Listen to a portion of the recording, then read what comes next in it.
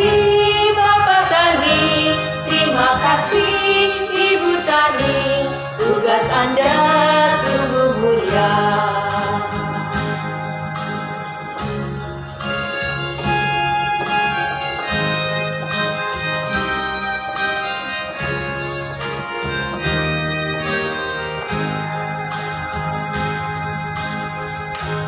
Nasi putih terhidang di meja,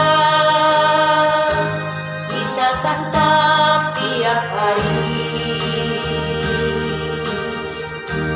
Beraneka ragam hasil bumi, dari manakah datangnya? Dari sawah dan ladang di sana,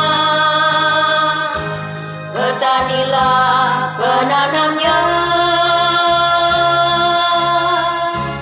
Panas terik tak dirasa, hujan rintik tak mengapa, masyarakat butuh bahan.